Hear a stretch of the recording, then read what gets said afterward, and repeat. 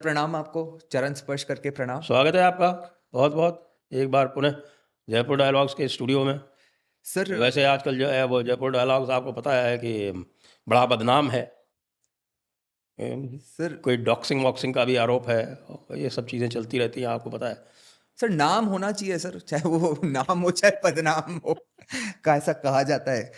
Sir अगर बदनाम होंगे तो क्या नाम ना होगा? बिल्कुल सर। हुँ। तो सर सीधा मुद्दे पे चलते हैं, दर्शकों का ज़्यादा समय खराब नहीं किए हुए। सर मुझे ऐसा लगता है कि ये जो कॉकरोचेस का जो ले दे के ये इतना लंबा चौड़ा मामला हो गया है, अ, एक इससे 2-3 प्रश्न उठ गए हैं सर।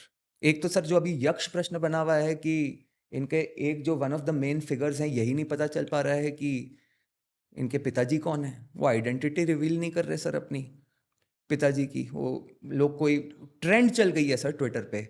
कोई कह रहा है मेरे 2-2 बाप, कोई कह रहा है मेरे 100-100 बाप। तो ये बड़ा विचित्र मामला हो गया है सर। आपको मज़े की बात बताऊँ? क्योंकि अच्छा, फर्स्ट हैंड इसलिए बता रहा हूँ कि भई मुकदमा तो हमारे ऊपर हुआ है ना। इसलिए मैंने वो सोचा सर वो ठीक वो रहेगा जो इस है ना, मामले वो में एक आपसे पूछना। एक एक बंदा जो अपने नाम में ए ट्रिपल एस लिखता है। ए ट्रिपल एस से आप समझ जाइए जी। क्या मतलब है। नाम में है, मैं कुछ नहीं कर सकता ना उसमें। तो वो जो ए ट्रिपल एस वाले साहब हैं, बल्कि 4 एस हैं उसमें, ए 4 एस। तो वो जो ए 4 एस वाले जो साहब हैं, उन्होंने कई सारे लोगों के खिलाफ एक प्राइवेसी सूट डाला। अब वो प्राइवेसी सूट की भी डेफिनेशन जो है वो ढूंढी जा रही है कि साहब कि प्राइवेसी सूट क्या होता है। तो अब जिसको बोलते हैं कॉज ऑफ एक्शन, तो cause of action protection of privacy. अब वो जो प्राइवेसी लॉ है सीपीसी में है, उसकी डेफिनेशन नहीं है कि वो प्राइवेसी का सूट जो है वो कैसे फाइल होगा, क्या होगा। तो जनरल सूट की तरह है वो। तो उसमें बहुत सारे आरोप लगाए गए। मैंने अभिजीत अय्यर मित्रा के साथ में एक पॉडकास्ट किया था, बहुत यहीं बैठ के। ज़्यादा वायरल हुआ सर वो। मतलब मुझे लगता है कि इस तरह से पोल जो है इन लोगों की, पहली बार उस पर्सपेक्टिव से शायद उसी पॉडकास्ट से खुली। तो उसका उसमें रेफरेंस है और उसके रेफरेंस के साथ साथ जो जयपुर डायलॉग्स को भी उसमें पार्टी बनाया गया। मज़े की बात यह है कि उस पॉडकास्ट में, जिसका कि वीडियो उन्होंने अटैच किया साथ में, बाय द वे, मतलब ऐसे नहीं कह रहे हैं, निश्चित रूप से प्रॉपर लीगली उन्होंने वेट करा के किया होगा। उसमें जो है वो ए ट्रिपल एस और सॉरी ए 4 एस का कहीं नाम नहीं है। तो अब आप समझ लीजिए कैसी लीगल टीम होगी। आप भले कपिल सिब्बल के बेटे को खड़ा कर दीजिए या कुछ कर दीजिए कि you are only as good as your team जी। In the end. तो टीम ने यह भी चेक नहीं किया कि उसमें जो है भाई नाम कहीं पर है भी या नहीं है। तो ये एक तो मज़े की बात ये है उसमें। खैर, I don't have to reveal all my points beforehand, लेकिन उसमें ये कहीं नहीं कहा गया है, मतलब उन्होंने कोई स्टेटमेंट नहीं दिया है कि साहब कि ये इन्होंने हमारी सिटीजनशिप को गलत बताया। No averment. भाई सबसे बड़ा तो अगर किसी के ऊपर कोई आरोप हो सकता है, आक्षेप हो सकता है, तो वही ये हो सकता है यदि मैं आपको कह दूं कि आप भारतीय नहीं हैं, तो मेरे विचार से मैं आपको ये कह दूं कि आप हिंदू नहीं हैं, उससे भी ज़्यादा आपको बुरा लगेगा। संभवतः आप अपमानित महसूस करेंगे कि साहब हमको ये कैसे कह दिया कि हम भारतीय नहीं हैं। इस बंदे को कोई असर ही नहीं है। कहा जा रहा है, और अभिजीत अय्यर मित्रा ने अपने ट्वीट्स में कहा, बाकी लोगों ने कहा, सबने कहा कि भाई आप भारतीय नागरिक नहीं हैं, लेकिन उस प्राइवेसी सूट में ये कहीं नहीं है कि साहब हमको नेपाली नागरिक कह रहे हैं, भारतीय नागरिक नहीं कह रहे हैं, कि भारतीय नागरिक नहीं है, कहीं नहीं है उसमें। सर ये एक बड़ा आपको आश्चर्य होगा जान के कि इस तरह का वो प्राइवेसी सूट है, और कह रहे हैं कि साहब कि हमारी वो एड्रेस बता दी, ये कर दिया, वो कर दिया। यानी इन्होंने एक नया सिस्टम निकाला है कि आप किसी की एड्रेस मत बताएं, उसका नाम मत बताएं या वो मत बताएं। भाई जो चीज़ पब्लिक नॉलेज में है, जिसको आपने पब्लिकली डिस्प्ले कर रखा है, उसको शेयर करना कोई ऑफेंस नहीं होता है। नहीं सर, देखिए मैं तो बड़ा क्लियर हूँ कि जिन लोगों को पब्लिक लाइफ में अगर मुद्दे उठाने हैं, खुद पब्लिक लाइफ में पार्टिसिपेट करना है, तो उनको अपने क्रेडेंशियल्स तो क्लियर रखने पड़ेंगे। और मुझे एक दूसरी बात जो इसमें लगती है सर, वो भी बड़ी इम्पॉर्टेंट है कि आखिर एक व्यक्ति के 2 बाप हैं या 100 बाप हैं, ये तो मैं और आप तो बता नहीं सकते सर, क्योंकि ये तो डीएनए टेस्ट से प्रूव होता है। लेकिन मुझे लगता है कि ये क्यों मुद्दा बन गया, वो इसलिए है सर कि इसमें तो कोई डाउट नहीं है सर कि कॉकरोचेस के कई बाप हैं। मैं आपको अगर एक आपके अब आप आलंकारिक भाषा का उपयोग कर रहे हैं। मैं अलंकारिक पापा, मैं सर एक इसको अच्छे से बता देता हूँ सर। देखिए, जैसे एक सबसे पहले इनके संस्थापक पापा हैं, तो संस्थापक पापा इनके सर केजरीवाल जी हो गए, फॉर ऑब्वियस रीजन। सबको पता है इन लोगों का खुद का बैकग्राउंड क्या है, इसके जो सूत्र संचालक हैं, किसने देखा कि अपनी जो राजनीतिक साख है वो थोड़ी इधर उधर हो रही है, कुछ नया किया जाए, तो इनके जो संस्थापक पापा हैं वो केजरीवाल जी हैं। उसके बाद सर एक इनके अडॉप्टेड पापा बने सर, अडॉप्टेड पापा सोनम वांगचुक थे।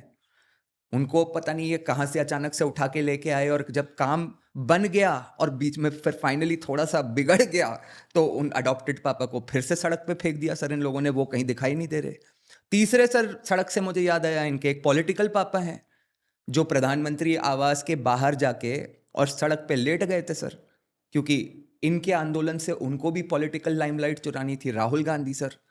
चौथा कहीं ना कहीं मुझे लगता है सर, एक इनके अभी लेटेस्ट जो एक मेन स्ट्रीम मीडिया के पापा बने हैं वो राजीव शुक्ला जी हैं सर, जो इन लोग को अभी तक सोशल मीडिया पे ही ये कर पा रहे थे, माहौल बना पा रहे थे कि भाई प्रधानमंत्री को गाली देना इज ओके, उनकी इंसल्ट करना इज ओके, देश के बारे में कुछ भी कह देना इज ओके। अब उसको मेन स्ट्रीम मीडिया पे लाना था, तो न्यूज़ 24 पे तीनों का एक बड़ा ज़बरदस्त शो करवा दिया गया सर।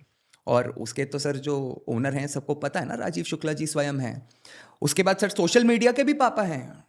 आप देखिए कि मतलब मार्क जुकरबर्ग भी जो हैं, एक तरह से इनके एक सोशल मीडिया के पापा ही हैं भाई। इन लोगों का जो एक एल्गोरिथम मिल गई थी, German shepherd. German shepherd sir, वो यूट्यूब के पापा में आएंगे सर, वो अभी मैं बताता हूँ आपको, थोड़े हैं सर, काफ़ी अच्छी लिस्ट है इन पापास की। तो अब ये जो इनके पापा हैं सर जुकरबर्ग, मैंने इसलिए बोला सोशल मीडिया के, इनका एल्गोरिथम का आपको ध्यान होगा कि मोदी जी ने जब पहली रील डाली थी जिससे कि एल्गोरिथम चेंज होने लगी थी, तो उनका वो वीडियो रुका था जिसके लिए मीटा के अधिकारियों ने आके माफ़ी भी मांगी, तो वो भी हैं सर। उसके अलावा एक स्ट्रीट सपोर्ट के पापा हैं सर इन लोग के, जो कि 20 तारीख को जो हिंसा हुई थी भीम आर्मी और समाजवादी पार्टी, जो अखिलेश जी हो गए, मैं इनको इनके स्ट्रीट सपोर्ट के पापा मानूंगा। उसके बाद सर लॉजिस्टिकल सपोर्ट के पापा हैं। आपको ध्यान होगा कि 10 लाख रुपए का खाना बना के रोज फ्री में खिलाया जा रहा था, कोई मजाक की बात नहीं। जुनायद अंकल। पत्थर भी दिए गए सर फेंकने के लिए। तो लॉजिस्टिकल सपोर्ट के जो इस्लामिस्ट पापा हैं इन लोग के, वो भी कहीं ना कहीं से आए हैं सर। यूट्यूब के पापा आपने बता दिया, उसमें मैं रवीश कुमार जी को और अजीत अंजुम जी को भी ऐड करना चाहूंगा सर, अजीत अंजुम जी ने तो अभी कल एक इसके साथ नए नए पापा बने हैं सर। नहीं नहीं, उन्होंने तो रगड़ दिया।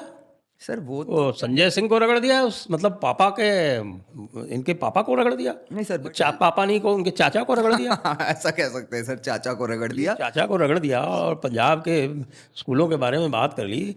इसको तो वो बोलते हैं, क्या बोलते हैं सर, वो चक्कर ये हो गया Blasphemy? कि जब झारखंड वाला जो मामला होने लगा था, तो लोग अजीत अंजुम जी के उस पर जाके उनसे पूछने लगे कि भाई इसके बारे में क्यों नहीं बोल रहे हो। तो इसमें अजीत अंजुम जी को, अगर अजीत अंजुम जी हिल गए तो इसका मतलब ये हुआ कि वो पर्याप्त बेशर्म नहीं है, तो फिर उनको जो है वो पापा नहीं माना जा सकता। वो बेशर्मी जो है वो रवीश कुमार के स्तर की होनी चाहिए। उससे कम की भी जी कोई बेशर्मी हो तो वो पापा के लिए क्वालिफाई नहीं करेगा। सर फिर वो बॉलीवुड वाले पापा हैं, गुलफाम हसन, मैं गुलफाम हसन कह देता हूँ सर हमेशा, नसरुद्दीन शाह और ददलानी, ये दोनों बॉलीवुड के पापा हैं सर। Aunty Shabana aunty. अच्छा सर, हाँ, बिल्कुल सर, वो मम्मी आ गई, लेकिन मैं अभी सिर्फ पापास की बात कर रहा हूँ। लेकिन सर देखिए, एक बड़ी इंपॉर्टेंट बात है कि मैं स्पेशली मेंशन करना चाहूँगा। पूरी तरह से पेट्रियार्कल होते जा रहे हैं। सर देखिए, उस पे आएंगे सर, ये बड़ा इंपॉर्टेंट टॉपिक है। लेकिन एक LKFC करके आपने नाम सुना होगा तो सर, सेलेक्टिव फैक्ट चेकिंग के लिए भी एक पापा रखे हुए हैं सर। मतलब ये भी एक कमाल है। कल ही उन्होंने एक ट्वीट डाला था, जो जू के भालू हैं, उन्होंने एक ट्वीट डाला था जिसमें कि इनने बताया था कि जयपुर की घटना के बारे में, कि ये लोग आए थे और ये MLA साहब के साथ खड़ा हुआ था, लेकिन ये नहीं बताया साथ में कि वो जो फॉर्च्यूनर जो उनकी उनने फोटो डाली थी वो कांग्रेस के नेता की थी। तो सेलेक्टिव फैक्ट चेकिंग जो है सर, इसीलिए मतलब कुछ सोच समझ के ही उनको फैक्ट कटुआ कहा जाता है। बट क्लिप कटुआ कहा जाता है। हाँ, सॉरी, तो बट फैक्ट्स के साथ भी यही कर रहे हैं सर, देखा जाए तो मतलब ये अच्छा नाम, ओरिजिनल नाम उनका क्लिप कटुआ और चिड़ियाघर का भालू। बिल्कुल सर। सर एक मैं कहना चाहूँगा, एक स्पेशल मेंशन एक स्पेशल पापा के लिए देना चाहूँगा। एक कमरे से सर, कमरे में बैठ के और सड़क के निर्णय करवाने वाले पापा योगेंद्र यादव जी भी हैं सर। तो उनका संसद से उन पापा को ऐसे छोड़ा नहीं जा सकता सर। संसद से सड़क का नारा उन्होंने दिया है, संसद से सड़क का नारा पूरी तरह से प्रजातांत्रिक बताया जा रहा है कि संसद से सड़क तक, लेकिन वो पापा इन लोगों के नहीं हैं। लेकिन सर वो पापा हैं राहुल गांधी के। आप अंतर समझिए थोड़ा, वो इनके ओरिजिनल पापा नहीं हैं। हाँ, ये वैसा होता है ना कि साहब कि आप अपने पड़ोस का जो आपका दोस्त होता है उसके पापा को भी कभी ले आते हैं बीच में, तो उसको भी आप पापा ही कहते हैं, बड़े पापा कह देते हैं, कुछ कह देते हैं, या अंकल कह देते हैं, तो वो उस कैटेगरी में है। सर एक फाइनली इनके grand uncle, grand uncle sir एक इनके लीगल पापा भी तो हैं सर, वो भी तो मतलब मानना ही पड़ेगा ना अपने मानना को। पड़ेगा। आपके ऊपर आखिर मतलब केस ऐसे ही थोड़ी हो गया सर। मतलब आप देखिए सर कि ये जो एक जो जांच कमेटी बनी है सुप्रीम कोर्ट में, वहां एक पिटीशन फाइल कर दी गई है सर फाइल कर दी। वहां पे कि भाई आपकी तो जांच कमेटी का प्रेमाइस ही गलत है, ये गृह मंत्री जी के दोस्त हैं जो जांच कमेटी में लोग बैठे हुए हैं। मतलब किस तरह का मजाक चल रहा है सर कि आपके पास ग्राउंड्स नहीं है तो आप कुछ भी वाइल्ड एलिगेशन लगा के अब कोई, ये वही वाली बात है ना सर कि मोदी जी की अडानी जी के साथ कहीं पे फोटो देख ली तो वो क्या अरे वहाँ तो गाँव फोटो भी में नहीं और है, हाँ। और वो रेड्डी हैं, जस्टिस सुभाष रेड्डी। हम्म अब उस जस्टिस सुभाष रेड्डी जो है वो ऑब्वियसली जो undivided Andhra Pradesh high court था वहाँ से वो बिलोंग करते हैं, और उसके बाद वहाँ से सुप्रीम कोर्ट में आए। सुप्रीम कोर्ट चीफ जस्टिस जब किसी को बनाता है तो उसको अपने पेरेंट हाई कोर्ट में नहीं बनाता है, फॉर ऑब्वियस रीजंस। तो उनको गुजरात का बना दिया। तो ये तो केवल एक संयोग है, ये कोई प्रयोग नहीं था, ये तो संयोग था। अब उस संयोग को ये प्रयोग में बदल रहे हैं। अरे भाई जो भी कोई गुजरात से गुजर गया, देखो देखो देखो, गुजरात के आसपास कोई चला गया, गुजरात में कोई रह गया, गुजरात से कोई गुजर गया, गुजरात में किसी का अपॉइंटमेंट हो गया, वहाँ वो कुछ दिनों उसने नौकरी कर ली। ये मोदी का आदमी है। मोदी का ही आदमी नहीं है, ये जो है ये देश विरोधी है। भाई, इनका जो देश विरोधी का जो चश्मा है, या देश विरोधी भी नहीं कहते, ये प्रजातंत्र विरोधी कहते हैं। देश विरोधी तो हम लोगों का टर्म है, देश विरोधी, राष्ट्र विरोधी, वो तो राइट विंगर्स का टर्म है। इनका जो है वो है कि साहब कि ये एंटी डेमोक्रेटिक है, तो वो फिर वो एंटी डेमोक्रेटिक हो जाता है guilty by association. And guilty by association with Modi नहीं है, या guilty by association with Amit Shah नहीं है, guilty by association with Gujarat. तो गुजरात के साथ में बहुत बड़ी गिल्ट है, और गुजरात आई मीन नेचुरल है। तो देखिए सर मतलब गुजरात ने 1995 से 1995 में उन्होंने बीजेपी को चुना। और वो अलग बात है कि फिर उसमें डिवीजन हो गया। तो आप चाहो तो 1995 से गिन लो, बीच में वो वघेला जी आ गए थे कांग्रेस की सहायता से तोड़ फोड़ करके। जब ये कांग्रेस आलोचना करती है कई बार कि साहब ये इन्होंने ये सरकार तोड़ ली, वो सरकार तोड़ ली, तो वो वघेला जी को भूल जाते हैं। कन्वीनियंट है, भूलना भी चाहिए। अब ऐसा प्रदेश, ऐसा गया गुजरा प्रदेश जो 1998 से लगातार एक ही सरकार भारतीय जनता पार्टी को चुनता जा रहा है, कैसे लोग चुनता जा रहा है, तो कैसे लोग कैसे लोग होंगे? पूरी तरह से प्रजातंत्र विरोधी लोग हैं, पूरी तरह से क्या कह सकते हैं उसको, रिग्रेसिव हैं, बैकवर्ड हैं, और पेट्रियार्की का सबसे बड़ा सबूत है। पेट्रियार्की का सबूत है, बिल्कुल। बहुत बड़े पेट्रियार्क सारे के सारे। अच्छा सर ये देखिए एक तरह से डीएनए टेस्ट में जो अपन ने अभी किया ये 5-7 मिनट का, इसी में देखिए आप कितने पापा निकल के आ गए। तो बात तो मुद्दा तो सही है ना सर कि 2-2 बाप या 100-100 बाप। इसमें मैं एक पुराना एक गाना है, उस गाने को मैं थोड़ा सा मॉडिफाई कर देता हूँ। पापा रे पापा तेरा रंग कैसा, जिसमें मिलाए लगे उस जैसा, पापा रे पापा।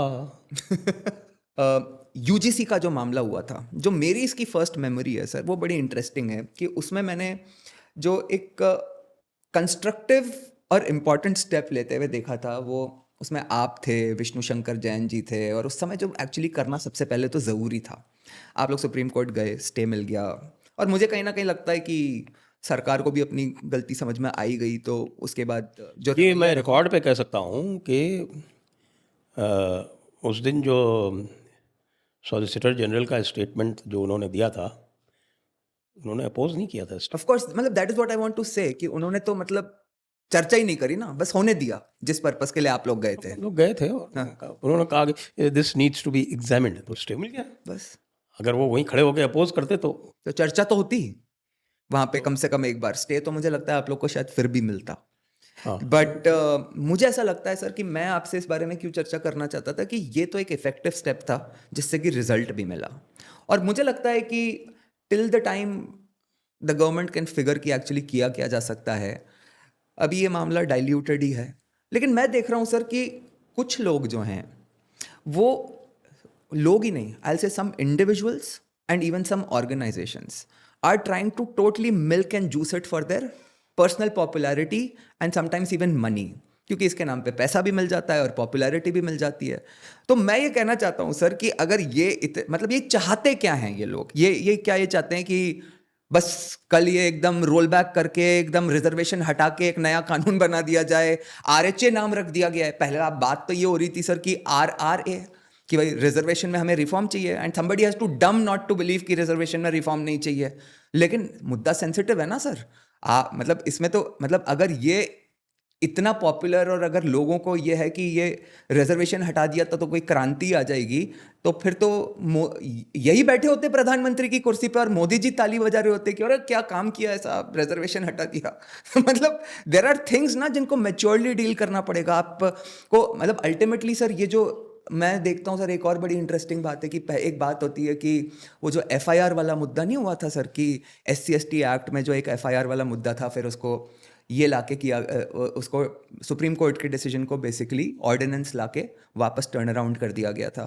तो उस समय की बात होती है कि बताओ क्या मोदी आदमी है, इसको वापस से वैसा ही इतना घटिया लॉ बना दिया। लेकिन मैं एक बात कहना चाहता हूँ सर, इस पे प्रश्न आप पे डालने के पहले मैं भी एक बात कहना चाहता हूँ कि क्योंकि मेरा भी एक व्यू है, पर्सपेक्टिव है, जो कई लोगों का भी है सर। मुझे लगता है कि इस तरह की प्रॉब्लम्स हो सकती, रिजॉल्व हो सकती हैं फोर्स से नहीं, कि मतलब हाँ सुप्रीम कोर्ट ने डिसीजन दे दिया और लागू हो गया, और मतलब मुझे लगता है इसमें सर दोनों के बीच में एक पॉजिटिव संवाद कायम करके और कन्विंस होके कि भाई ultimately we don't have to, क्योंकि सर फिर बात तो ये होती है ना, मतलब इस समय क्या हिंदू यूनिटी तेल लेने चली जाती है क्या? इस समय स्वर्ण समाज देश से बड़ा हो जाता है क्या? तो मैं जानना चाहता हूँ सर कि people who are milking and juicing it for their own purposes और पर्सनल पॉपुलैरिटी हो चाहे पैसा हो, आपका क्या व्यू है सर इस पे? जनता जानना चाह रही है, वो भी तो जनता है ही ना जो ये जानना चाहती है। देखिए इसमें सरकार की और ये जो आंदोलनकारी थी, दोनों तरफ से मिस्टेक्स। Of course. और ये मुद्दा इतना जो है ये ज्वलंत इसलिए हुआ कि सरकार ने जो इक्वल प्रोटेक्शन ऑफ लॉज है वो इक्वल प्रोटेक्शन ऑफ लॉज के साथ टिंकरिंग की, जिसकी कोई आवश्यकता नहीं थी। SC/ST एक्ट जो था वो पहले से ही ड्रैकोनियन था, और इन्होंने आके उसमें पहली खेप में कोई 21 और दूसरी खेप में कोई 25 जो हैं वो और सबसेक्शंस डाल दिए, इंसेंटिव्स डाल दिए और पता नहीं क्या क्या डाल दिया, और पुलिस को कह दिया कि साहब कि अगर तुम्हारी लापरवाही हुई तो तुम भी जो है उसमें फंसोगे, तो पुलिस जो है ऑब्वियसली फिर वो सेफ प्ले करेगी। तो इसको जो इन्होंने, ये बीजेपी ने किया सारा काम, इसकी कोई आवश्यकता नहीं थी। नहीं, मोदी ने किया क्या? मतलब आज जिस तरह से दिखाया जा रहा है कुछ लोगों तो का, भाई एज प्राइम मिनिस्टर रिस्पॉन्सिबिलिटी तो मोदी को ही लेनी पड़ेगी। बिल्कुल सही कह रहे हो आप, मैं मान रहा हूँ कि सेनापति को अपना जो है एक तरह से जिम्मेदारी लेनी पड़ती है, मैं तो मान रहा हूँ इस बात को। लेकिन कब तक भाई? उसी सेनापति ने तो इंश्योर किया होगा ना कि जब आपके जैसे इंटेलेक्चुअल्स कोर्ट में गए और ये सारी चीजें खुल के सामने आई, तो उसी ने तो अपने सॉलिसिटर जनरल को भी बोला होगा कि भाई ये गलती हुई है अपने लोगों से और तुम्हें ये करना है। आज भी उसी पे लगे हुए हो कि मोदी तो क्या नीला भूत है, नीला भूत है मोदी। ये क्या तरीका, ये कहां स्तर पहुंचने जा रहा है सर कि खुद की पूरी ऐसे ऐसे लोग हैं जो पूरी दुनिया और पूरी विश्व की मां बहन कर दी और खुद की बहन पे आ गई तो धरती फट गई। कब तक चलेगा सर? ये पूछ रहे हैं सर, ये भी प्रश्न लोग पूछ रहे हैं एक्चुअली।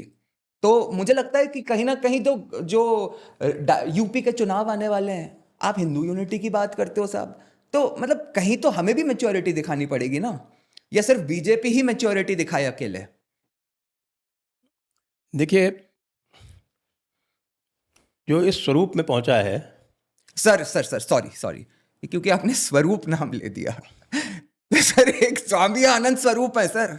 अब उनके तो क्या कहा जाए, सर क्या उनकी तो बुद्धि भ्रष्ट गेंडा स्वामी है सर। मैं कह रहा हूं यहाँ पे सर, मतलब वो एक सर आपको मनोज बाजपेयी का डायलॉग याद है कि महापाप क्या होता है, पाप और महापाप में क्या डिफरेंस होता है, कि साधु का वेश धारण करके और जब सर पूरे सनातन को कोई बदनाम करता है, ये वो व्यक्ति है सर।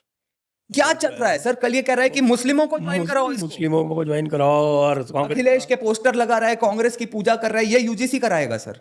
सर तो मुझे ऐसा लगता है जो सेंसिबल वॉइसेस भी हैं यूजीसी में, पहले तो सर इसकी निंदा करके इसको बाहर फेंकना चाहिए सर एकदम, कि ऐसा आदमी कहीं नहीं है हमारे साथ। चलिए, व्यक्तियों की बात जो है वो अगर करने लग जाएंगे तो ये आपका भी 2 घंटे और चल जाएगा। ये बात सही है। तो व्यक्तियों को छोड़ें, मुद्दे की बात करें। तो ये जो है, ये यूजीसी के समय पर आपको पता है कि वो डिफ्यूज़ हो गया था, फिर भी कुछ लोगों ने उसको जम के करने का प्रयास किया, तो यहाँ पर सरकार ओवरबोर्ड चली गई। और इसने बगैर मतलब कुछ लोगों को हाउस अरेस्ट करके और आंदोलन नहीं करने दे के और वो करके मुद्दे को इतनी हवा दे दी बगैर मतलब के। ये तो सरकार की गलती थी ही। वो जो है वो इस रूप में दिख रहा है। तो सरकार को जो इसमें जो सेंसिबल वॉइस हैं, जैसे इसमें सेंसिबल वॉइस जो है वो आ रही हैं, मतलब लार्जली सेंसिबल वॉइसेस जो कहते हैं कि साहब की रिजर्वेशन में रिफॉर्म होना चाहिए।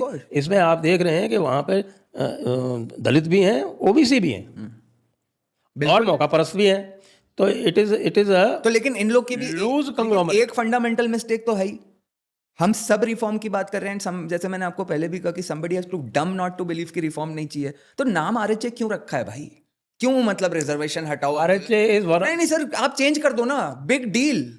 आप आरआरए कर दो ना उसको, रिजर्वेशन रिफॉर्म आंदोलन। भाई, ये कोई आरएचए के तत्वावधान में तो चल नहीं रहा है। हाँ, ऐसा तो है नहीं कि वो कोई मेन ऑर्गेनाइजर है। This one of the groups, या it's just one of the groups. या एक रिजर्वेशन रिफॉर्म भी है उसके अंदर। सर मेरा कहना यह है कि इसमें जो सेंसिबल वॉइसेस है ना, उनका भी नाम ऐसे लोगों के चक्कर में डाइल्यूट होता है। मेरा मानना यह है, क्योंकि आई ऑनेस्टली बिलीव कि मुझे लगता है बहुत सेंसिबल वॉइसेस हैं यूजीसी में, जो कि एक्चुअली वो अचीव कर सकती हैं स्वर्ण समाज के लिए, जो कि होना चाहिए। एंड इवन नॉट जस्ट स्वर्ण समाज, जो एससी एसटी में जो एक्चुअल बेनिफिशियरीज होने चाहिए, ये उनको भी इस समय महाराष्ट्र में क्या चल रहा है सर?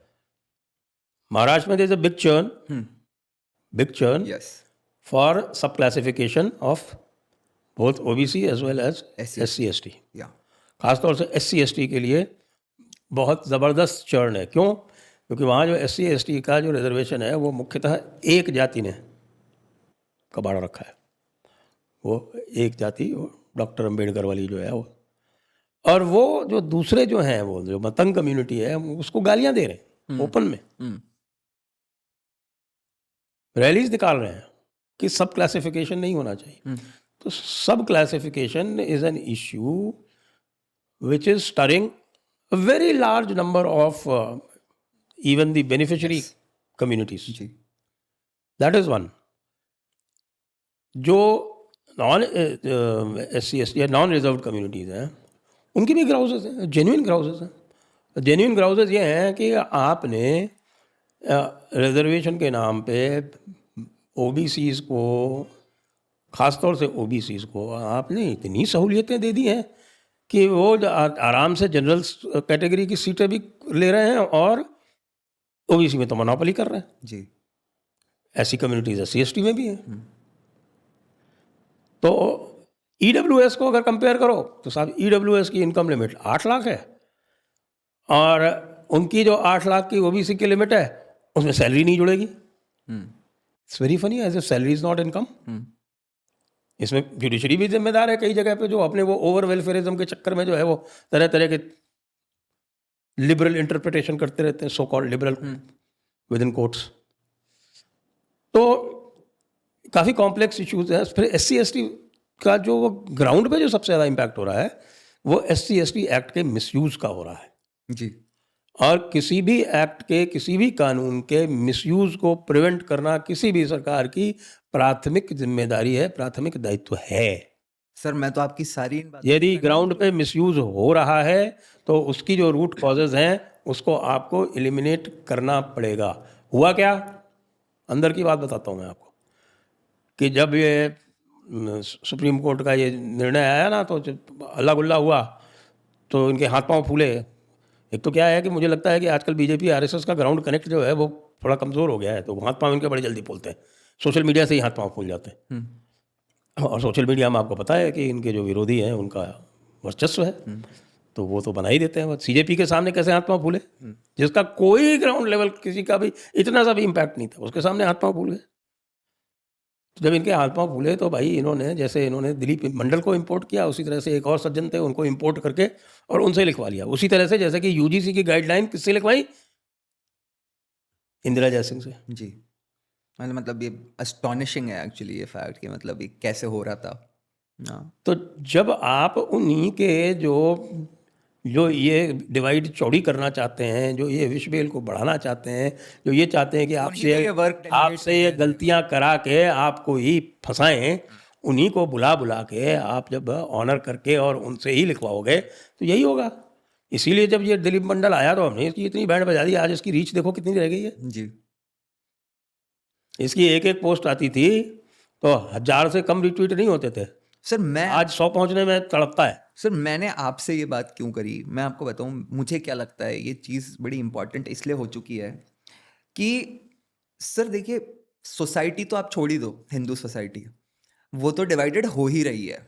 और वो क्यों हो रही है इसका भी एक बड़ा इंटरेस्टिंग पार्ट है सर, कि मैं देख रहा हूँ कि जो स्ट्रॉन्गेस्ट सोशल मीडिया, यूट्यूब और इन सब पे, डिजिटल मीडिया पे जो स्ट्रॉन्गेस्ट वॉइसेस हैं, इन पे जो हमारे राइट विंग इकोसिस्टम की जो स्ट्रॉन्गेस्ट वॉइसेस रही हैं, हु जनरली बैंड टुगेदर इस इशू की वजह से, दे आर डिवाइडेड टुडे। और ये एकदम सच्चाई है। तो मुझे कहीं ना कहीं ऐसा लगता है सर कि अल्टीमेटली ये बेड़ा भी आप जैसे लोगों को ही उठाना पड़ेगा कि भाई इसका क्या रेजोल्यूशन है। जैसे सेंसिबली जो तरीका हुआ सुप्रीम कोर्ट में जो करना था वो जाके आप लोग ने अचीव कर लिया ना, तो उसी तरह से सर ये भी देखना ही पड़ेगा कि भाई इस पे जो इतना स्ट्रांगली इवन डिजिटल मीडिया पे जो right wing ecosystem, digital ecosystem के लोग डिवाइडेड हो गए हैं, उनको भी तो एक अम्ब्रेला में अब समय आ रहा है कि वापस आना चाहिए सर। देखिए ये, और उसके लिए कुछ बातें सीधी सीधी होनी पड़ेंगी। सारे लोग, मुझे कई लोग सर, मैं आपको बता रहा हूँ ना, मुझे तो कुछ लोगों ने बोला था कि संजय जी के यहाँ ये सब बातें मत करना। मैं कहा भाई मुझे उनके यहाँ कुछ भी बात करना अलाउड है, इसलिए चिंता मत करो, तुम मुझे मत बताओ कि क्या नहीं करूँ क्या नहीं करूँ। बहुत सारे लोग अति महत्वाकांक्षी हो जाते हैं सर। तो अति महत्वाकांक्षी में वो कहते हैं कि साहब हम ही लीडर बनेंगे। तो वो फिर आजकल वैसे इधर भी आपके जो दूसरा ग्रुप है उसमें भी कई आप देख रहे हैं ना, बिल्कुल उसमें सर, इसीलिए तो उसमें राहुल गांधी और कॉकरोचेस की लड़ाई क्या है, यही तो लड़ाई है ना। राहुल गांधी और केजरीवाल जी की सर एक्चुअली। कॉकरोच तो बेचारे माध्यम है सर। उत्पत्ति तो हाँ खैर केजरीवाल एक जी की मुझे ही धमका रहा था सर कि घर आ जाऊंगा। मैं कहा, मैंने तो राजस्थान पुलिस को टैग करके लिख दिया साहब कि ये कह रहे हैं कि घर आएंगे मेरे, कहीं वापस नहीं जा पाए तो आपको बता रहा हूँ कि काम मिल जाएंगे। कल के बच्चे सर मतलब हवाबाजी सोशल मीडिया पे करने वाले। अब मतलब दिखा नहीं इनको कि राजस्थान की जनता ने क्या हालात किए इनके। हम शराफत से बात करते हैं तो इनको लगता है साहब कि घर आ जाएंगे, आ जाओ साहब। तो मैं जो अभी जिसको मैं पॉइंट आउट कर रहा था ना कि ये जो SC ST एक्ट का जो ये दानव है, ये सरकार को लील जाएगा अगर इन्होंने इसको काउंटर नहीं किया। जिस तरह से खुले में ये गाली देते हैं और जब उन पर FIR होती है और कोई एक्शन नहीं होता, फिर आप अराजकता को इनविटेशन दे रहे हैं। तो क्या इसका मतलब ये है कि हम भी वही करने लगे जो ये करते हैं, मोदी को नीला भूत बोलने लगे हैं? नहीं, मोदी को नीला भूत नहीं बोले, लेकिन जो गाली दे रहा है उसको हमारे शास्त्रों में छठे साठम समाचरित है। हाँ, तो अब आपने उसको बोलो ना सब, उसको बोलो ना वो सब। तो उसी जब आप जिसकी तरफ जिस तरफ जा रहे हो उसी की तरफ कह रहे हैं कि वहां पे भी तो जब जवाब दिया गया, हाँ। तो जवाब दिया गया तो एक तरफ तो आपने तुरंत SC ST में FIR कर ली और वो बंदा जो है इधर उधर भटक रहा है, अब आप जा रहा है सर, कोर्ट में जा रहा है। तो यही तो कह रहा हूं, लेकिन हमें तो खड़ा होना चाहिए ना उस आदमी के साथ सुनो, सबको। और वो कब अरे भाई, जब हम सब एक होते। बात सुनो तो आप पूरी बात नहीं सुन रहे हो, आप एजिटेटेड हो गए हो। नहीं सर, राहुल जी थोड़ी हूँ मैं। ऐसा नहीं है सर। लेकिन ऐसे कि जितने भी FIR किए गए हैं, चंद्रशेखर रावण के खिलाफ कितने FIR हैं? एक लड़की ने FIR करवा रखी है जिसका इसने शोषण किया है, उसको आप लोग जो है वो अपना वो गार्जियन एंजल बना रखा है। तो ये सब चीज़ें लोगों को दिखती है ना, इसलिए ये जो आपको जो भड़क रहा है ना, और मोदी को जो लोग उल्टा सीधा बोलते हैं वो इस प्रोटेक्शन की वजह से बोलते हैं। भाई आप लॉ को इक्वली अप्लाई करो। अगर वो किसी को गाली देता है और उसके खिलाफ एफआईआर होती है तो उसको प्रोटेक्शन कहाँ से मिल गया भाई? कानून में उसके लिए कोई प्रोटेक्शन है क्या कि वो महिलाओं को कुछ कहे या कुछ आपके इंसाइटमेंट करे, नहीं है। देवी देवताओं को कुछ कहे तो उसको प्रोटेक्शन है? हम्म, उसको अलिखित प्रोटेक्शन सरकार ने दिया हुआ है और ये इस आंदोलन के भड़कने का एक प्रमुख कारण है। नहीं, अलिखित कैसे दिया हुआ है? कभी कहीं उसको टच नहीं करते, कोई एफआईआर में उसके खिलाफ एक्शन नहीं होता। वो क्योंकि उनका समाज साथ में खड़ा हो जाता कोई है। समाज की बात नहीं है समाज के साथ खड़े होने की। उत्तर प्रदेश में हिम्मत नहीं होती कुछ होता करने नहीं की। है समाज, डर लगता है कि हो जाएगा। ये तो आपके पास एविडेंस है ना? हाँ। संभल आए थे तो क्या किया था वहीं पे? कौन खड़ा हुआ है इनके साथ में? ये सब शगुफे हैं, ये पॉलिटिकल कैलकुलेशन है। जब आप इस तरह के पॉलिटिकल कैलकुलेशन बगैर मतलब के करोगे, बगैर ग्राउंड एविडेंस के, और उससे आपको लगेगा नहीं मुझको ये फ़ायदा हो जाएगा, वो फ़ायदा हो जाएगा, तब आप ये गलतियां करते हो। और फिर जो है वो दूसरे जो आंदोलन है उनकी जो प्रतिक्रिया होती है वो फिर अराजक हो जाती है। और जहां आप कंट्रोल कर सकते हो, ये तो साफ दिख रहा है ना कि आपने कॉकरोचेस को दामाद की तरह ट्रीट किया, और वो जो दूसरे आंदोलन करने वाले आ रहे हैं उनको आप वहां बैठने नहीं दे रहे हो।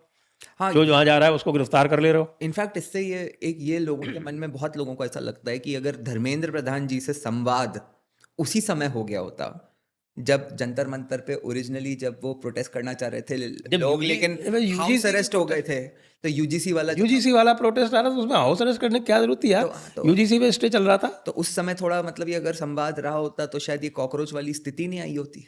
मतलब आई होती तो बड़ी आसानी से डाइल्यूट कर ली गई होती। कॉकरोचेस को इनसे संवाद कर लिया और उसके बाद इस्तीफा भी करवा दिया। भाई कॉकरोच, मतलब ये देखो सर आप गजब की बात कि इनसे संवाद भी कर लिया और इस्तीफा भी दिलवा दिया उसके बाद। जबकि कॉकरोचेस का संवाद हुआ और ना इस्तीफा हुआ। कॉकरोचेस का जो सही ट्रीटमेंट है वो राजस्थानियों ने दिया। बिल्कुल बिल्कुल, वो अभी होगा सर, 5 तारीख को होगा। आपको पता है सर यहाँ पे आपको, और ये this is a serious thing, अपने राजस्थान में जैसे एक एटीएस होता है ना, एंटी टेररिस्ट स्क्वाड, यहाँ पे कुछ लड़कों ने एसीएस बना लिया है सर, एंटी कॉकरोच स्क्वाड। और उन्होंने धमकी दे दी है कि अगर इन 5 तारीख को इनका इलाज सरकार ने नहीं किया ना तो हम जाके कर देंगे। तो सर अभी तो, लेकिन सरकार के साथ ये है कि कॉकरोच को तो कुछ नहीं कहेगी और जो लोग इलाज करेंगे उनको पकड़ लेगी। अब होपफुली ऐसा नहीं होना चाहिए सर, मतलब 5 तारीख को। ये सरकार के जो दोहरे मानदंड है ना, समस्या उनसे अधिक बढ़ती है। बिल्कुल। आप यदि इवन हैंडेड रहें, अच्छा उन्होंने गाली दी उनको भी पकड़ो, इधर एफआईआर कर रहे हो तो उधर भी करो। बिल्कुल, टोटली अग्री। ये क्या कि साहब कि आपको कोई माँ बहन की गाली देगा आप चुप रहोगे क्या? नहीं, बिल्कुल भी नहीं, फिर बिल्कुल भी नहीं। तो ये जानबूझ के प्रोवोक करते हैं। उनको कोई गाली देता है तो SC/ST का हथियार है।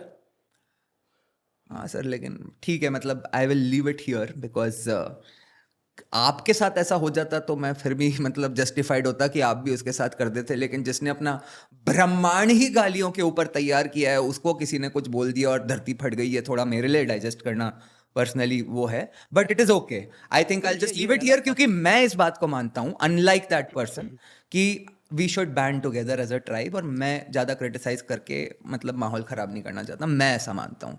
और आई ऑल्सो मतलब स्टूड विद दिस थिंग कि FIR नहीं होनी चाहिए थी, मैं तो ये भी मानता हूँ, लेकिन फिर भी ठीक है।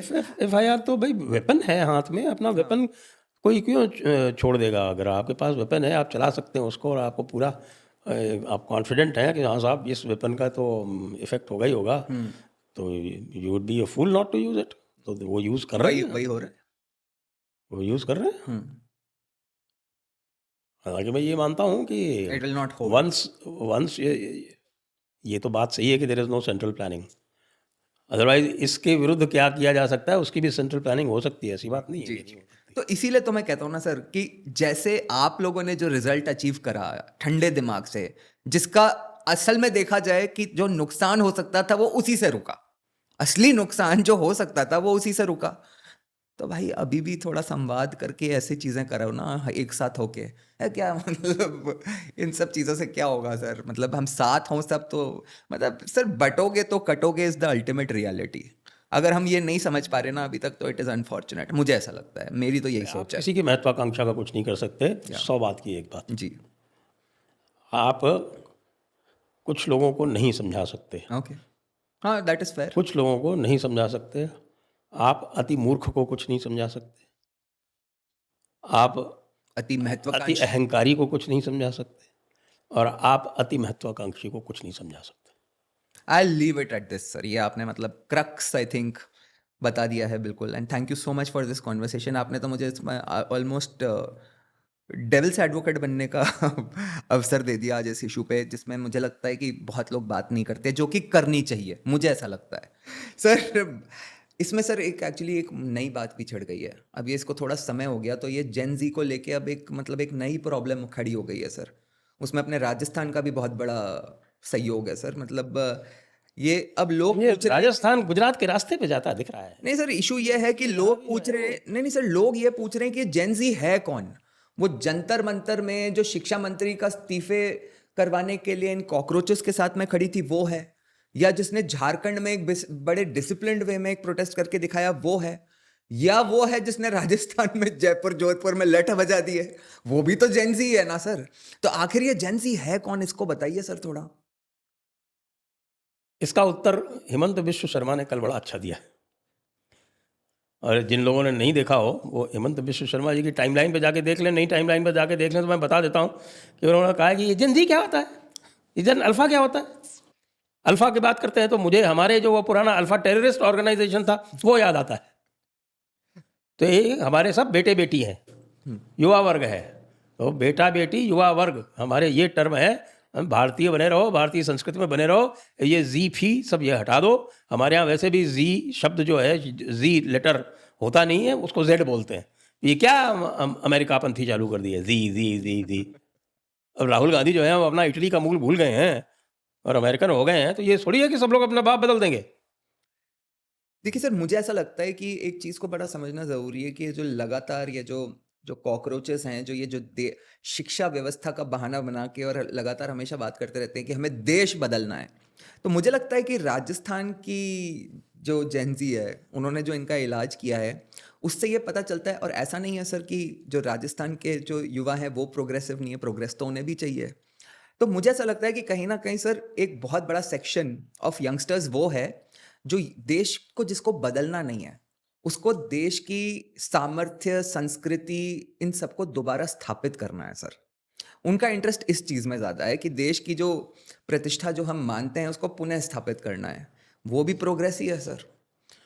असली प्रोग्रेस तो वही है। हुआ क्या कि देश जो था वो अंग्रेज़ों ने उसको जानबूझ के यहाँ की शिक्षा व्यवस्था को चौपट करके, यहाँ के कल कारखाने चौपट करके, यहाँ के जो हस्तशिल्प थे, अलग ही तरह से राखी सेलिब्रेट करके। वो तो अब आ गया है। अब यहाँ के हस्तशिल्प थे, यहाँ के अन्य शिल्प थे, यहाँ के कुटीर उद्योग थे, यहाँ के जो उद्योग थे, उनको सबको अंग्रेज़ों की आवश्यकता के अनुसार उन्होंने इसको मोल्ड किया। और इस पर मैं दो बड़े एक दर्शकों के लिए बता दूं कि दो बहुत ही गहरे वार्तालाप डॉक्टर कुंदन सिंह के साथ कर चुका हूँ। एक पुस्तक यदि आप कहेंगे ना कि पूरे अंग्रेज़ों ने एक ऐसी कौन सी एक पुस्तक बनाई जिसने भारत की पूरी लाइन बदल दी, वो पुस्तक है जेम्स मिल की the history of British India. Marks ने भी उसी से सीखा, मैकॉले ने भी उसी से सीखा, मैक्स मुलर ने भी उसी से सीखा, मिशनरीज ने भी उसी से सीखा। और उसको लेके ये जो जो थ्योरी चलती है ना कि साहब की बैकवर्ड हिंदू, रिग्रेसिव हिंदू, कुप्रथाएं। हाँ, कुप्रथाएं और आपकी क्या बोलते हैं बीस्टली रिलीजन, ये सब चीज़ें जो है वो वहीं से आती हैं। वो मदर सोर्स है, जी। मदर सोर्स है बिल्कुल, जिसको कहते हैं जेम्स मिल की the history of the history of British India. 1817 में छपी थी। ये लोगों को जानकारी हो कि जब ब्रिटिश पहले पहले यहाँ आए थे, ईस्ट इंडिया कंपनी जब अपने व्यापार कर रही थी, तो ईस्ट इंडिया कंपनी ने मिशनरीज़ को एंट्री नहीं दी थी, क्योंकि नो प्रोसल्टाइजेशन, नो कन्वर्शन, नथिंग। हमें यहाँ पे अपना व्यापार करना है। ये सब करने से यहाँ जनता जो है वो भड़केगी। जनता भड़क जाती थी। अब जनता के भड़कने से वो ईस्ट इंडिया कंपनी आतंकित रहती थी भाई। वो आपका जो सन्यासी आंदोलन है, जी। जिसको बंकिम चंद्र जी की आनंद मठ में जिसको सेलिब्रेट किया गया है, उससे तो उनको बहुत परेशानी हुई थी। लेकिन फिर जब इनकी जड़ें जम गई वहाँ पे, अब ईस्ट इंडिया कंपनी ऑपरेट कैसे करती थी? ईस्ट इंडिया कंपनी जो थी वो ब्रिटिश पार्लियामेंट के चार्टर के अंतर्गत ऑपरेट करती थी। वो चार्टर के रिन्यूअल का टाइम आया तो वहाँ के कुछ जो एमपीज़ थे उन्होंने कहा नहीं, चार्टर रिन्यू नहीं होने देंगे, यहाँ तो आपको अलाउ करना पड़ेगा ये। अब व्यापारी तो क्या करे, आप भी जानते हो या व्यापारी की क्या स्थिति होती है। तो व्यापारी ने कहा भैया ठीक है, अब डाल दो उसमें। तो वो 1813 का जो चार्टर जो रिन्यूअल हुआ उसमें जो है वो मिशनरीज़ को भारत भेज के भारत को सिविलाइज करने का कार्य दिया गया। सिविलाइज करने का, सिविलाइज करने का। इंटरेस्टिंग। तो वो भारत को सिविलाइज करने के लिए फिर, जबकि जो पहले के जो लोग थे जैसे विलियम जोन्स जिसने ओरिजिनल जो मनुस्मृति जो बात करता है वो, तो विलियम जोन्स जो था वो भारत का प्रेमी था और बहुत सारे रोमांटिक्स थे जो कि भारत की जो गहराई थी यहाँ के दर्शन की उसको पढ़ पढ़ के रोमांचित हो गए थे, विशेषकर उपनिषदों को देख के। आपने शोपेनहावर का नाम सुना होगा, इतना बड़ा संगीतज्ञ था। He was an Indophile. ऐसे कई लोग थे। तो जब ये चार्टर आया तो फिर मिशनरीज आने शुरू हुए। उन्होंने कहा ना ना भाई ये क्या, ये लोग क्या कर रहे हैं, सब गड़बड़, इसको रिकास्ट करो। वो काम उनके लिए जेम्स मिल ने कर दिया 1817 में। और फिर वो सारा नैरेटिव वहीं से चला। विलियम बेंटिंक ने भी उसी से पूरा जो भी उनकी जो ऑपरेसर थियरी थी, आपको जानकर आश्चर्य होगा कि वो जो सती का जो एक्ट जो जी, लागू हुआ है, उस सती के एक्ट का जो स्टेटमेंट ऑफ ऑब्जेक्शन रीजंस आता है ना, उसमें लिखा हुआ है कि भाई सती को भारत के लोग भी नहीं मानते, हिंदुओं में इसको बहुत बुरा माना जाता है। ये उस एक्ट में लिखा हुआ है। जी। मतलब अंग्रेजों की भी इतनी हिम्मत नहीं हुई कि वो कह दें कि साहब कि ये कोई कुप्रथा है जो हिंदुओं में विद्यमान है। सर ये तो, लेकिन आज की डेट में तो भाई सर ये तो हमारे ही मतलब डी जनरेशन ऑफ खुद का मतलब self D generation of mind sir. और मैं आपको बताऊं, और ये जो लेफ्टिस्ट को सर जिस तरह से अपनी एनसीईआरटी किताबें लिखने के लिए दे दिया गया, मतलब टीचर्स बच्चों को खुद ही पढ़ाने लगे कि अरे हमारे यहाँ इतनी चाचा नेहरू, बताओ सर आप, मतलब चाचा नेहरू की तो बात भी लगती है ना, वो चाचा। बट सर वो पॉइंट आपने आंसर किया नहीं कि ये असली जेनजी अब है कौन सर ये फिर? असली जेन जी मैं बता चुका हूँ अपने में, लठ बजाने वाले, लठ बजाने वाले। Gen R is the gen Z. Gen R कौन है? तो जेन आर में तो दोनों है सर, जो जेन आर मतलब जेन राष्ट्रवादी, ऑफ कोर्स, इसमें तो कोई जेन राष्ट्रवादी ही जेन जी है सर। सर लेकिन कोई नहीं है। ये जेन आर से सर वो जो सोशल मीडिया पे भी आजकल चल रहा है, जिस तरह से इनको उल्टा जवाब मिल रहा है कॉकरोचेस को, उससे मुझे याद आया सर एक बड़ी इंटरेस्टिंग घटना और हो रही है। ये जो बीजेपी की जो नई आईटी सेल बनी है सर, बड़ा मतलब जबरदस्त इन लोग के पोस्ट आ रहे हैं, मतलब सोशल मीडिया का बड़ा मतलब एटलीस्ट जो इनिशियल रिएक्शन है लोगों का, they are very happy with what's happening. अच्छा, इसमें इसका एक दूसरा भी पॉइंट है सर कि इसकी वजह से जो अमित मालवीय जी का डिस्प्लेसमेंट हुआ है, और अमित मालवीय जी जो अपने नए रोल में आए हैं as a spokesperson and all that, और जो वो लिख रहे हैं, उससे भी लोग बहुत खुश हैं कि भाई ये तो क्या बढ़िया लिख रहे हैं। Very happy. कम से कम वो बैगेज नहीं रहा उनके पास, जिम्मेदारी नहीं रही, वो खुल के लिख तो रहे हैं। नहीं, और एक और फैक्टर है सर कि शहजाद पूनावाला जी का जो डिस्प्लेसमेंट हुआ है, उससे भी लोग बहुत खुश हैं कि वो इंडिपेंडेंटली उससे भी अच्छा काम कर रहे हैं बीजेपी में जो रह के कर रहे थे। बीजेपी की सपोर्ट जो है वो बीजेपी के स्पोक्समैन कर ही नहीं सकते, क्योंकि वो खुली बात कर ही नहीं पाते हैं। उनको ऊपर से टॉकिंग पॉइंट मिलते हैं, उनको ऊपर से रेस्ट्रिक्शंस मिलते हैं। या तो भाई आप इस स्थिति में आओ कि आप अपने स्पोक्स पर्सन को खुला छोड़ो, और हमारे एमएलए साहब की तरह कुछ भी कहो सर, उनको खुला छोड़ो, और अगर कोई उनकी छोटी मोटी स्लिप होती है तो उसको डिफेंड करो, इग्नोर करो जी। ये नहीं होना चाहिए कि नहीं साहब अरे मैं तो इनको कभी माफ नहीं, कड़ी निंदा, और ये तो बहुत गलत हुआ, निंदनीय काम हो गया। रॉन विकास असम वाला, उसको हटा दिया वहां से। सर लेकिन कभी माफ नहीं कर पाऊंगा कह के माफ तो कर ही दिया ना। क्या किया उनके साथ? टिकट नहीं दिया अगली बार। टिकट तो सर कई कारण से कई लोगों को देने पड़ते हैं, बट ऐसे कोई माफ तो कर ही दिया था मेरे ख्याल से वो बोलते ही। बट सर एक और वहाँ पे वो पवन खेड़ा जी की आप बात कर रहे थे, तो उससे भी मुझे याद आया एक और इंटरेस्टिंग बात बताऊं सर। मैं अपने फ़ोन पे कल कोई ट्वीट में पवन खेड़ा लिख रहा था मैं, तो ऑटो करेक्ट करके पियोन खेड़ा हो गया।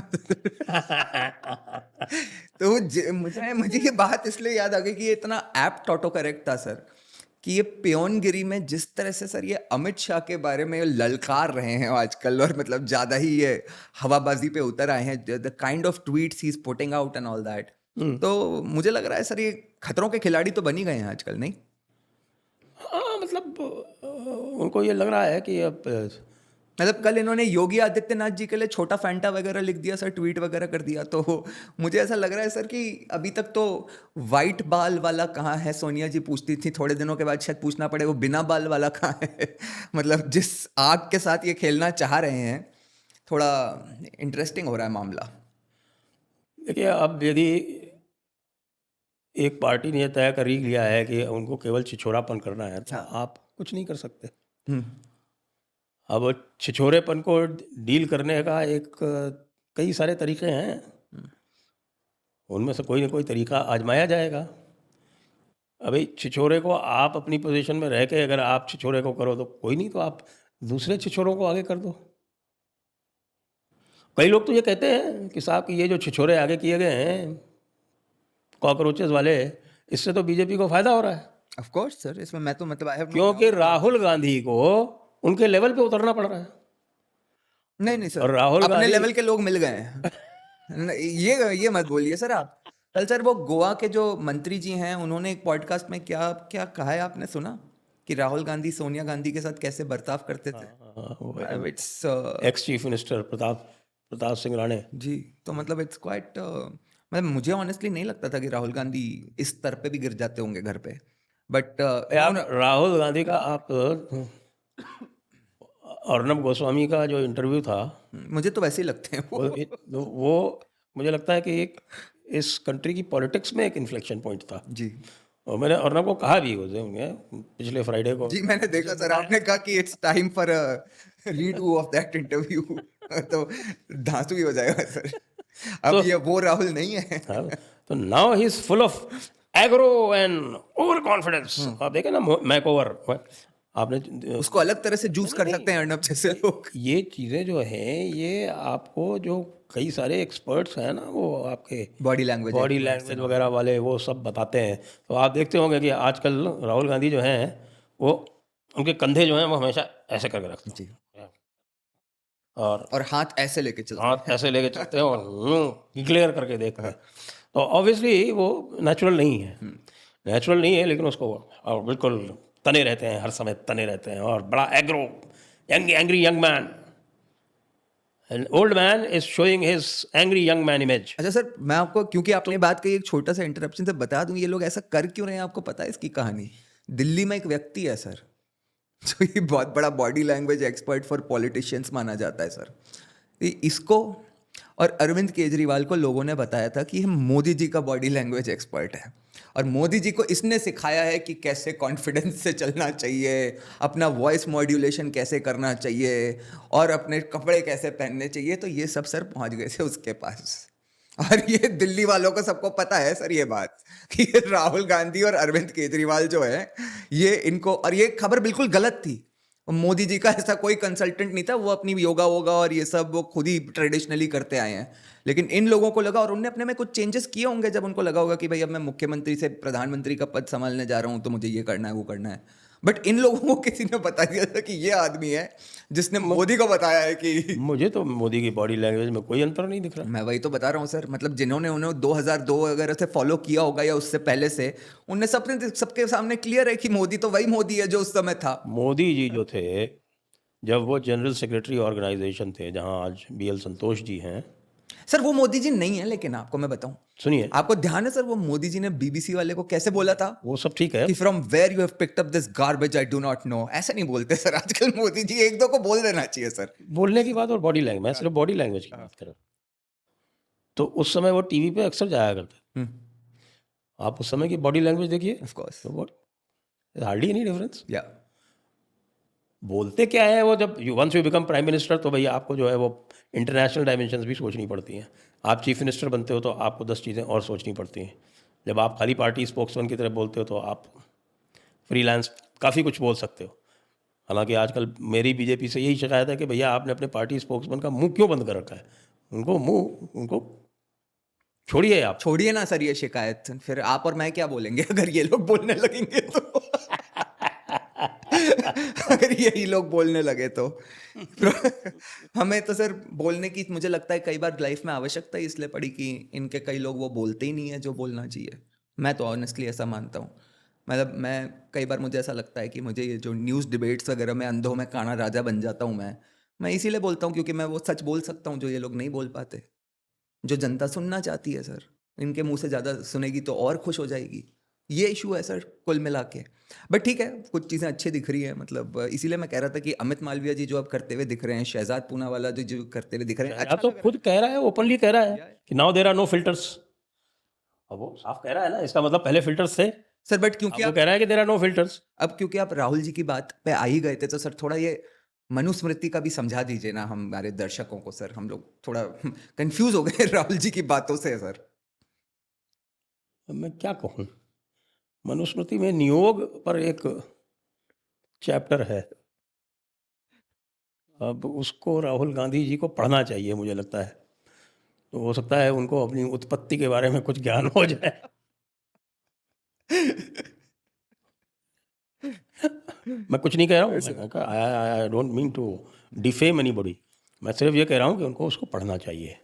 योगेंद्र यादव जी को आपने उनका पापा बता दिया, उत्पत्ति की उनकी बात कर दी, नहीं, आप कह रहे हैं आप कुछ बात ही नहीं कर रहे। देखिए मैं इस मामले में बहुत ही सज्जन हूँ, मैं इस प्रकार के वाक्य नहीं कर सकता, लेकिन वो क्योंकि मनुस्मृति का अध्ययन करना चाहिए ना, तो हर चीज़ का अध्ययन करना चाहिए, तो मनुस्मृति को थोड़ा पूरा पढ़िए, ज्ञान होना चाहिए। ज्ञान होना चाहिए, ज्ञान अर्जित करें आप अपना।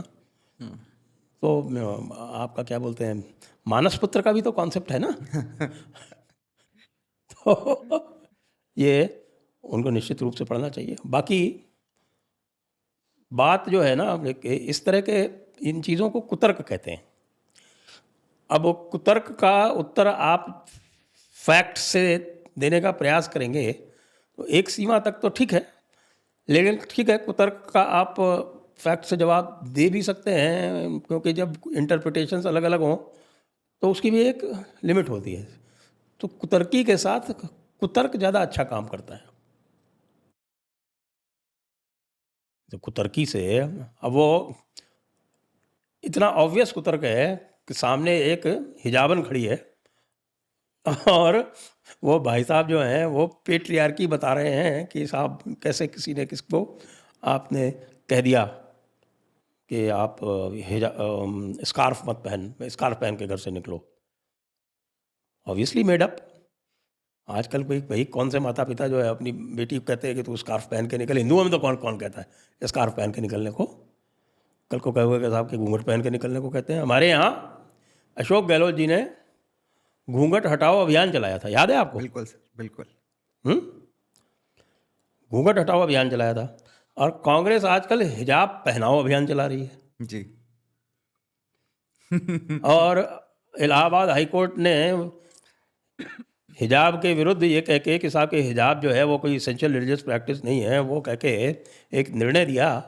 तो कांग्रेस पे एक स्पोक्समैन जो हैं वो कह रहे हैं कि साहब कि ये केवल रिलीजियस स्कॉलर्स का काम है। तो हिजाब के ऊपर या शरीयत के ऊपर तो केवल रिलीजियस स्कॉलर्स कह सकते हैं। तो इसका मतलब हम ये पहले मान लें कि राहुल गांधी बहुत बड़े रिलीजियस स्कॉलर हो गए हैं जो अब मनुस्मृति के ऊपर ज्ञान दे रहे हैं। वो एक श्लोक यदि वो ठीक से पढ़ दें, एक श्लोक, तो मैं जितनी मेरी हैसियत है उससे बहुत ज़्यादा तो नहीं आ सकता, लेकिन मैं क्राउड फंड करके 10 लाख रुपए तो दे दूंगा कांग्रेस के फंड में। बोलो भाई कांग्रेस वालों, एक श्लोक वो भी पढ़ के पढ़ सामने के, से बोल रहे हैं। हाँ बिल्कुल पढ़ के, ऐसे थोड़ी कह रहा हूँ। संसद के पटल पे जैसे पढ़ के बाकी बोलते हैं। विश्वेश्वरैया ही कह दे ठीक से। एक और कुछ हुआ था अभी जिसमें सर होते रहता है उनका ये। तो एक बार उन्होंने हमारे राजस्थान में कुंभकर्ण योजना बता दिया था। कुंभाराम योजना को कुंभकर्ण योजना बता गए थे सर। तो ये सब तो उनका चलते रहता है, कोई बड़ी बात नहीं है। इट इज तो ये जो मनुस्मृति वाला जो कांड है वो भी कहाँ से आरंभ हुआ है? वो भी अंग्रेजों ने ही आरंभ किया है। जी। नहीं तो इस देश में मनुस्मृति जो था it was a lost text. 1883 या 84 में इन्होंने उसको रिकंस्ट्रक्ट किया एक तरह से, और फिर ये गर्वोक्ति की कि I have discovered the laws of Hindus for them. आप समझ रहे हैं ना कॉन्टेक्स्ट क्या है? कॉन्टेक्स्ट ये है कि भाई जो एब्राहमिक रिलीजन्स हैं वो उनके लॉज हैं। Law itself is a religious term by the way, it's a biblical term. तो उसको बाइब्लिकल फ्रेमवर्क में तो यहाँ आया, उसने देखा कि साहब समाज जैसे चल रहा है वो बिल्कुल सबके अपने कस्टम्स हैं, नियम है, क्या है। इस देर बाइबल को कुछ मिला नहीं, इस देर कुरान को कुछ मिला नहीं। तो कहा कि नहीं नहीं ऐसा तो नहीं हो सकता, लेकिन कोई ना कोई तो लॉज होंगे, कुछ तो मिलेगा। कुछ तो मिलेगा। तो ढूंढ ढांड के उनको ये मनुस्मृति मिल गई, क्योंकि स्मृतियों की यहाँ पुरानी परंपरा है। स्मृतियाँ जो हैं, बल्कि सारे हिंदू ग्रंथ आप मान लीजिए, लगभग सारे हिंदू ग्रंथ जो हैं उनकी एक खास बात है, वो डिस्क्रिप्टिव होते हैं, वो प्रिस्क्रिप्टिव नहीं होते हैं। जी। अब पूरी रामायण महाभारत पढ़ेंगे तो रामायण महाभारत में जो कोई अगर कोई नीति की बात एक को दूसरे को बता रहे हैं तो वो पात्र आपस में एक दूसरे से बात करते हुए कुछ कह रहे हैं। भगवत गीता मतलब भगवत गीता भी दो लोगों में प्रश्नोत्तरी है। बिल्कुल बिल्कुल। दो लोगों में प्रश्नोत्तरी है, केवल 4 लोग हैं उसके अंदर। पूरी भगवत गीता में केवल 4 लोग हैं जी। धृतराष्ट्र, संजय, भगवान और अर्जुन। जी। 2 विटनेस हैं, 2 विटनेस हैं, और बल्कि 2 क्या विटनेस है, 1 विटनेस है, एक उस आख्यान को सुनने वाला है, और 2 आपस में प्रश्न और उत्तर कर रहे हैं। और उसमें भी अंत में आपके जो 18वां अध्याय है, 18वें अध्याय का शायद मेरे ख्याल से 63वां श्लोक है शायद में, जहाँ तक उसमें भी भगवान ने सब पूरा बता के फिर वो कहते हैं इति ते ज्ञानम आख्यातम गुह्याद गुह्यतयम मया विमृश्य तद अशेषेण यथेच्छसि तथा कुरु। क्या बात है सर। इसका अर्थ बता देता हूँ कि इति ते ज्ञानम आख्यातम, ये सारा ज्ञान मैंने तुमको बता दिया। ज्ञानम आख्यातम, ये मैंने तुम्हें ज्ञान जो बताया है। गुह्यात गुह्यतयम मया, मया मतलब मैंने, ये गूढ़ से गूढ़, गुह्यात गुह्यतयम, गुह्यतम, तो गूढ़ से गूढ़ यह ज्ञान मैंने तुम्हें बताया है। विमृश तद अशेषेण, अब ये जो विमर्श है ये समाप्त हो गया, अब तुम्हारी जो इच्छा है वो करो।